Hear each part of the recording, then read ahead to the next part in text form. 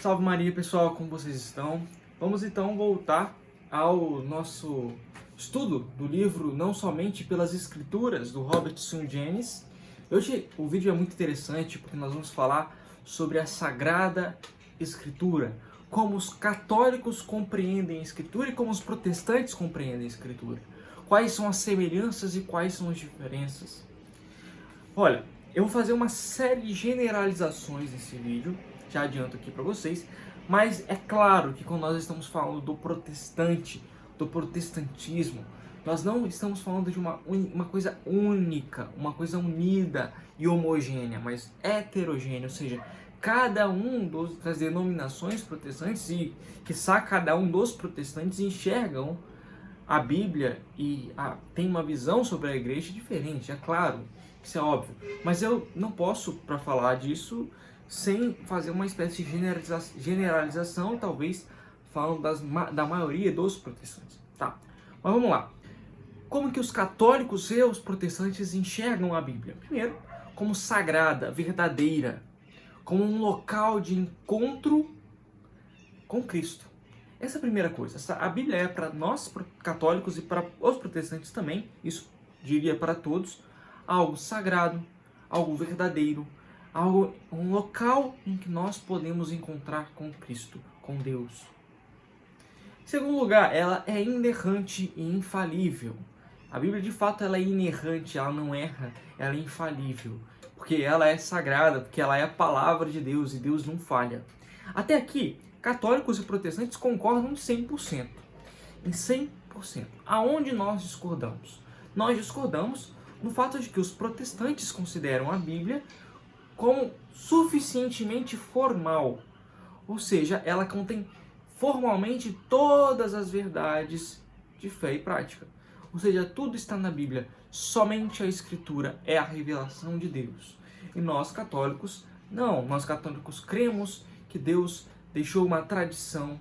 Nós católicos cremos na necessidade de um intérprete igualmente infalível para um livro infalível. Enfim, essas são as nossas diferenças. E existe mais uma diferença, porque não diria agora todos os protestantes, mas muitos protestantes e muitos protestantes que eu conheço pessoalmente pensam que os católicos enxergam a Bíblia de uma forma diferente do que nós de fato enxergamos. Eles acham que, primeiro, ao longo da história, a igreja, eu vou novamente frisar aqui, não estou falando de todos os protestantes, talvez você, protestante, que está vendo esse vídeo aqui, não pense assim, nunca pensou assim. Claro, eu não estou falando de para todos e com todos, mas uma grande parcela, uma parcela significativa dos protestantes sim pensa dessa forma e historicamente isso é comprovável. Pensam que os católicos, eles, em primeiro lugar, têm uma suspeita incabida e infundada sobre a visão da Igreja Católica sobre a Sagrada Escritura. Como assim? Pensam, por exemplo, que ao longo dos séculos, ao longo da história da Igreja, sobretudo na Idade Média, perto ali de Lutero, a Igreja tinha medo da Bíblia, tinha medo de que os fiéis, os leigos, tivessem conhecimento da Sagrada Escritura. Por quê? Porque se eles lessem a Bíblia, eles iriam ver que as doutrinas católicas, elas eram antibíblicas. Então, primeira coisa, muitos protestantes pensam dessa forma. E um outro erro é que a Bíblia, eles pensam que para a Igreja Católica a Bíblia ela é inferior à Igreja, quando na verdade não é bem assim que as coisas funcionam. E eu vou gravar um vídeo dedicado para mostrar a relação entre Bíblia, tradição e Igreja.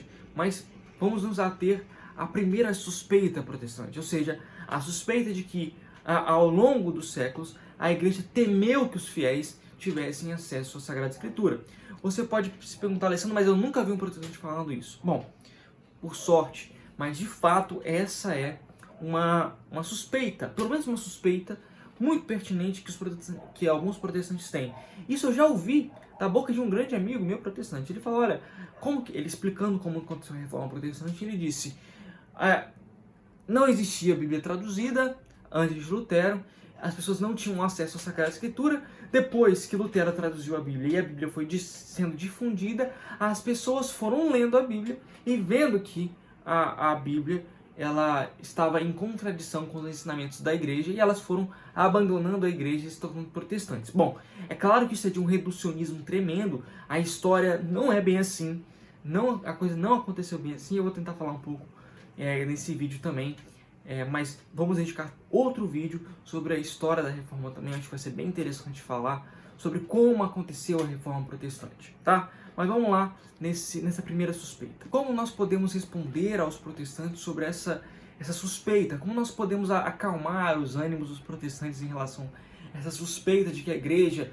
inferioriza a Bíblia, de que a igreja não vê a Bíblia com bons olhos, que a igreja sempre temeu a Sagrada Escritura? Bom, vamos lá. O autor do livro, no capítulo 2, ele faz uma afirmação forte. Ele diz o seguinte, olha só: nenhuma visão das Escrituras e de sua autoridade em todo o protestantismo é mais nobre do que a encontrada na Igreja Católica. É uma afirmação forte. E ele diz, olha, isso se demonstra por 5 coisas.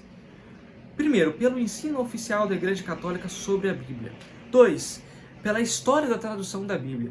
3, pela prática da leitura bíblica na missa. 4, pela rigorosa interpretação da Bíblia. E 5, pela estrita adesão aos ensinamentos morais bíblicos pela Igreja Católica. São afirmações fortes, mas vamos lá qual é o ensino oficial da Igreja sobre a Bíblia? Nós recomendo aqui que você leia a Providentíssimos Deus, a Dei Verbum do Concílio Vaticano II, mas vamos citar alguns padres da Igreja. Diz São Jerônimo: ignorar as Escrituras é ignorar a Cristo. Então, veja, como que pode o São Jerônimo, um padre da igreja, um bispo católico, um teólogo católico, melhor dizendo, ter uma visão tão alta da Bíblia e você falar que a igreja sempre viu a Bíblia com maus olhos? Não pode, né? O Papa Pio XII, na encíclica Divino Afflante Spiritu, declarou: como o verbo substancial de Deus se fez semelhante aos homens em tudo exceto em pecado, assim também a palavra de Deus expressa em línguas humanas assemelhou-se em tudo à linguagem humana, exceto no erro. Ou seja, a Bíblia para os católicos também é inerrante, ela é infalível, ela contém a palavra de Deus, a revelação de Deus. A igreja tem a Bíblia em alta conta. Tá bom, mas em relação às traduções da Bíblia, será que foi realmente Lutero que traduziu a Bíblia em primeiro lugar? Olha, não. Em primeiro lugar, na Idade Média, existia a chamada Bíblia Vulgata. A Vulgata em si mesma, ela é uma tradução bíblica. São Jerônimo traduziu a Bíblia do grego e do hebraico para o latim, porque era a língua falada pelas pessoas da época dele. Então a Vulgata é uma tradução, ela em si mesma é uma tradução bíblica. Mas será que a igreja parou na Vulgata? Não. Olha só, o próprio Zwingli, ele escreve uma carta para Lutero falando o seguinte, da sua tradução bíblica. Olha o que Zwingli diz: és injusto quando afirmas petulantemente que estás a retirar a Bíblia debaixo dos bancos empoeirados dos colégios. Esquece que conhecemos as Escrituras por meio das traduções de outros. Sabes bem, apesar de teu estrépito, que existiu, antes de nossa época, uma tropa de professores que, em matéria de conhecimento bíblico e conquistas filológicas, foram incomparavelmente superiores a ti. Ou seja, o próprio Zwingli estava admitindo para Lutero, estava chamando a atenção de Lutero, que ele não tinha sido o primeiro tradutor da Bíblia do latim, da língua escondida dos teólogos católicos, dos bispos católicos para o povo em geral, né? Nada a ver. Se vocês forem estudar a história, vocês vão ver que a própria tradução de Lutero ela tem muito pouco de original, ou seja, do próprio Lutero mesmo. Mas existiam várias traduções da Bíblia, foram feitas várias traduções da Bíblia para outros idiomas ao longo dos séculos também, antes de Lutero. Olha, o autor aqui ele vai citar, como Henry Graham aponta no seu livro, existia uma abundância de traduções vernáculas católicas das Escrituras. Existiam traduções em espanhol, italiano, dinamarquês, francês, norueguês, polonês, tcheco, húngaro e inglês, muito antes do tempo de Lutero. Ou seja, Lutero não foi o primeiro tradutor da Bíblia. Essa história de que Lutero foi o grande disseminador das Escrituras, que antes dele ninguém tinha acesso à Escritura, ela não é bem assim. Em terceiro lugar, a leitura da Bíblia na missa. Olha, se existe um fato para todas as pessoas que tiveram oportunidade de ir na missa, é que a Bíblia ela é lida na missa. Se é lido atualmente um trecho do Antigo Testamento, um trecho de uma carta do Novo Testamento e sempre um Evangelho. Isso são passagens escolhidas ao longo do ano, de modo que se você for na missa pelo menos todos os domingos, ou pelo menos se você for todos os dias do ano, você terá lido, ou melhor, escutado a Bíblia quase inteira ao longo de um ano. Isso é muito, pedagogicamente, muito importante, porque se nós pararmos para pensar, na época pós-Cristo, na Idade Média, por exemplo, as pessoas nem todas eram letradas, nem todos sabiam ler. Então, sair distribuindo Bíblia para as pessoas, primeiro, que era economicamente muito inviável, não existia imprensa, não existia Bíblia como nós conhecemos hoje. E outra, as pessoas mesmo que tivessem acesso a essa Bíblia, que era uma coisa caríssima, elas não saberiam ler a Bíblia. Por isso que a igreja sempre pronunciou a palavra de Deus, proclamou a palavra de Deus nos domingos. Porque as pessoas poderiam ler a Bíblia. Por isso que a igreja, quando ela construía seus templos, ela desenhava nas paredes, ela pintava nas paredes passagens bíblicas inteiras. Isso era uma forma de catequizar o povo. A igreja nunca teve medo da Bíblia, muito pelo contrário. E eu vou dizer mais. O próprio autor aqui, no capítulo 2, ele vai falar, olha, o fato da Bíblia ser lida de acordo com o calendário litúrgico, isso é muito importante porque ela evita que algo que ocorre muito nas igrejas protestantes, que é o pastor escolher sempre as passagens que ele mais gosta da Bíblia para proclamar. Não, o padre ele não pode escolher a passagem porque já é pré-determinado antes. Então ele tem que seguir um cronograma bíblico, de leitura bíblica. Isso é muito importante para que as pessoas tenham acesso não à parte que o pastor A ou o pastor B gosta da Escritura, mas toda a Escritura. Tá bom? Então vamos lá.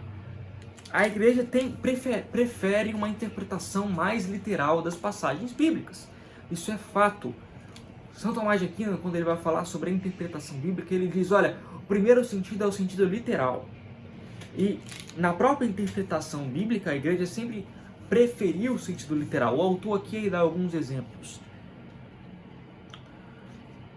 Seja na questão de comer carne e beber o sangue de Jesus, em João 6,53, na declaração eucarística, isso é o meu corpo, Lucas 22,19, na questão de sermos regenerados ou mesmo salvos de algum modo pelo batismo, em João 3,5, Romanos 6,3, 1 Pedro 3,21, na questão da indissolubilidade do matrimônio, enfim, ele vai citando várias coisas em que a igreja sempre prefere a interpretação literal da Bíblia. E por fim, a igreja, ela, mesmo tendo bilhões de fiéis, ela é intransigente em seu ensino oficial sobre as questões morais impostas na Bíblia. Algo que, infelizmente, muitos protestantes não são. Muitas denominações protestantes não são. Mesmo nos dias atuais, marcado pelo feminismo, pela liberação sexual, a igreja insiste no celibato masculino. Mesmo nos tempos atuais, marcado pelo feminismo extremo, a igreja insiste num sacerdócio exclusivamente masculino, algo bíblico. Mesmo em tempos de libertação sexual, a igreja insiste e é intransigente nos seus ensinamentos contra a anticoncepção, algo que até 1930 todos os protestantes eram contra.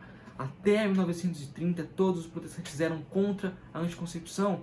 E agora, depois de alguns anos, os protestantes largaram o barco, largaram os católicos nessa briga, mas a igreja se mantém intransigente, porque ela sabe que ela não é a pessoa que deve dar o sentido ou mudar o sentido dos ensinamentos morais trazidos pela Bíblia, mas ela é apenas uma serva, como diz a Dei Verbo, da palavra de Deus. Ela não pode mudar a seu bel prazer o que Deus quer ensinar aos homens, mas ela deve transmitir seguramente a doutrina de Cristo. Tá bom, pessoal? Então é isso. Esse é o vídeo de hoje. Nos próximos vídeos nós vamos falar um pouquinho mais sobre os capítulos e nós vamos entender um pouquinho mais sobre os problemas do Sola Escritura. Espero que tenham gostado. Até mais!